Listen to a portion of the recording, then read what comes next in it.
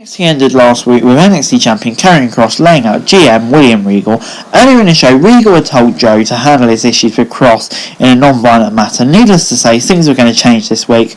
Raquel Gonzalez would also address the division, and Pete Dunne was also in action. So it looks like we've got an entertaining show. Let's get straight into it. We started things off with Thatcher and Ciampa versus Dunne and Lorcan. Thatcher and Dunne started things off. These two were bonded together, sort of, by Riddle, of course. The Bruiserweights, Riddle and Dunne, captured gold in 2020, but now they were against each other, and they started with a stalemate before Ciampa tagged in, and as did only Lorcan. A flying high knee from Lorcan to the floor, and Ciampa stared daggers into the eyes of the Bruiserweight.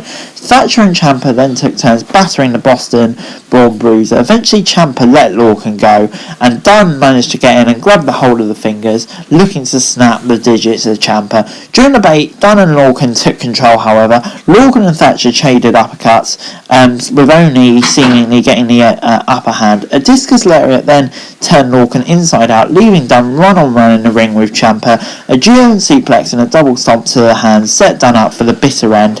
However, before they could secure the win, Thatcher was laid out by returning Ridge Holland, and the distraction allowed Ciampa to win with the bitter end. Dunne and Lorcan forced Ciampa to watch as Ridge Holland demolished Thatcher. After that, a hellacious head bump left Ciampa in a heap. Overall, this gets a 7 out of 10 from me. Fun match, the right winner, and really good to see Ridge Bloody Holland returning. Can't wait to see what happens next. Before Swerve Scott and Hit Row with trash talking Escobar and Phantasma as a whole. However, they weren't the only ones on the radar. Imperium have been sizing them up for some time now, and they square off with Hit Row later before Samoa Joe came down to the ring, grabbed a table and a steel chair and tossed them into the ring. He also had a contract with him and said William Regal needs to come down. He knew Regal was going to fire Kross tonight, but he had a better solution. He wanted to satisfy everyone's needs in 3 easy sets.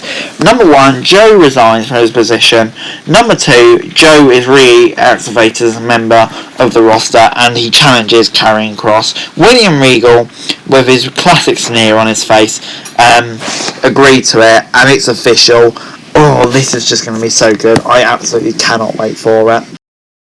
Knight and Cameron Grimes were golfing, where Grimes was seen washing Knight's golf ball. Knight asked Grimes for a driver, and Cameron responded that he is his driver. Knight then gave the high billionaire a lesson on clubs, and Grimes offered £5,000 bet that the $1 million champion would hit his ball into the trees. Knight didn't agree to the bet, though he did slice it right into the trees before we got Carmelo Hayes versus Josh Briggs. Briggs slammed Hayes and told him to leave the ring. Hayes refused, pelting the Giant with elbows and chops. However, Briggs shoot it off, sending Hayes high over the ropes to the floor with a back body drop. When we came back, Hudson was at the announcer's desk. Briggs threatened Hayes with a splash for a 2 count. Hayes then countered the powerbomb with a Hurricane Rana and rocked him with an Itziguri. A second one connected, and Hayes hit a springboard lariat.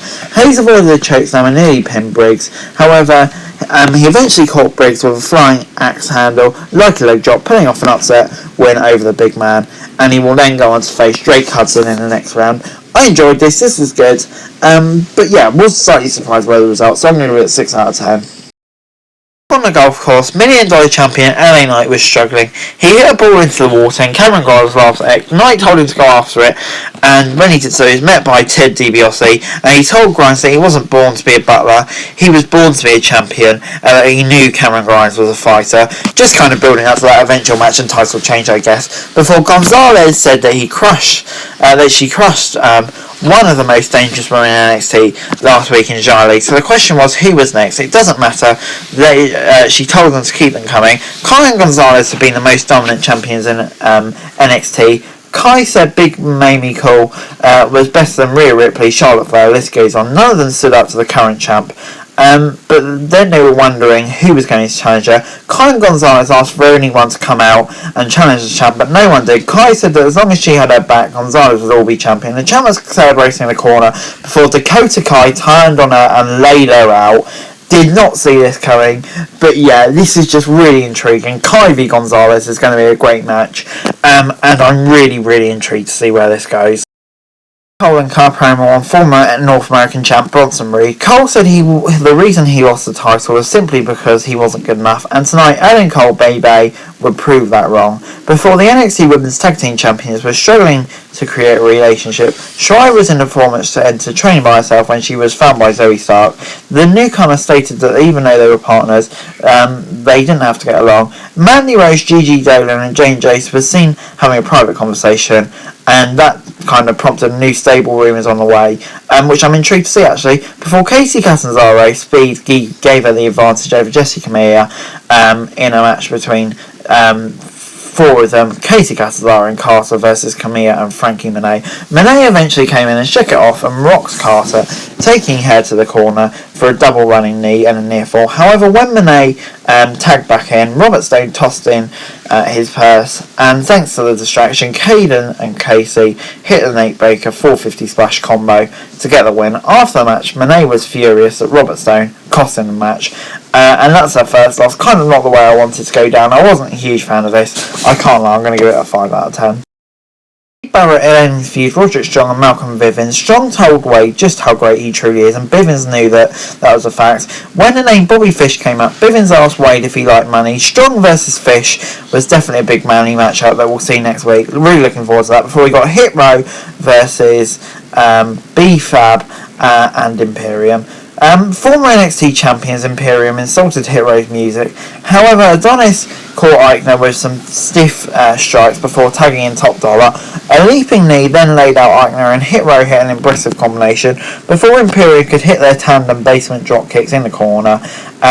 They were in control. They got taken out of control. When we came back from the break, Imperium finally gained some control, and Bartel pulled Adonis back, cinching in an ankle lock. Imperium seemed to have everything in control, and Adonis sent both to the ground below. Top Dollar then finally tagged in and ran through both men with shoulder blocks. A big boot then blasted Bartel, and Adonis tagged in as Top Dollar laid out the Legado del Fantasma. However, it allowed Imperium to hit the European bomb for the win. I'm going to give this a 6 out of 10. This was a decent enough match before Legado laid out Top Dollar after the match by packing Isaiah Swerve Scott with a steel chair. I'm frustrated at the loss of Austin Theory. Hadn't been seen since last week. They got some mail, and it was a picture of Loomis drew for Hartwell. What was it? Loomis was a new member of the Way, in which this conspiracy was used. Gargano and LeRae were then furious, but Hartwell had a great idea. The first family of NXT between Loomis and Gargano, and yeah, you can kind of guess where that match is going. Before the Grizzled Young Veterans were also on the golf course, trying to play LA Knight and Cameron Grimes. Knight Butler stood up for him the best he could. At this point, Knight owed Grimes $10,000, and GYV offered to double it, the bet if Knight could get a hole in one. Knight failed it, giving Grimes a chance to do better. Knight stood in a poor spot and was caught between the greens on the backswing. When Grimes followed up, though, he hit the ball and caught Knight on the head. Through the Grimes hit a hole in one. He'd accidentally attacked his boss. Grimes told Knight there was a Grizzled Young Veterans and the NXT $1 million champion chase them off. Yeah, kind of just silly bollocks this week, but that's kind of what it's all about. I don't mind it too much. Before it was main event time, Bronson Reed versus Adam Cole. Cole went after the knee of the Colossal One, hitting a chop block and placing the knee in the ropes. Reed followed for a former NXT champion to the top, but Cole slipped through and hit a knee to the back. Reed bounced off the middle rope, landing on his head, but managed to fight back with big forearms and chops, and hammered Cole with more shots, and then the Panama City Playboy caught Reed with a flying knee for a near fall. Reed caught Cole with a super kick, pelting him with a series of chops. However, he caught him with the Panama Sunrise. After narrowly escaping the last shot, Reed drove Cole into the mat with a powerbomb. Cole avoided the tsunami, catching Reed with a super kick. The last shot then blasted Reed, putting the big man away. As the former NXT champion celebrated, he was blindsided by Kyle O'Reilly, who wrecked him with a steel chair. Cole then flipped the sets over, looking to send a message to Cole. He did the same with a suplex to seal. Much like Eddie Guerrero drove Rey Mysterio into them 16 years ago, O'Reilly left the sofa called Face of NXT in bad shape. I'm going to give this 7 out of 10. This was a great match, right result. It does seem like Bronson Reed is main roster banned, so this makes sense. But yeah, this Kyle O'Reilly Adam Cole thing, I just don't know when we get to the point where enough is enough, to be honest. This week, NXT gets a 7 out of 10 for me. Quite enjoyed this episode of NXT, to be honest. Was solid from top to bottom.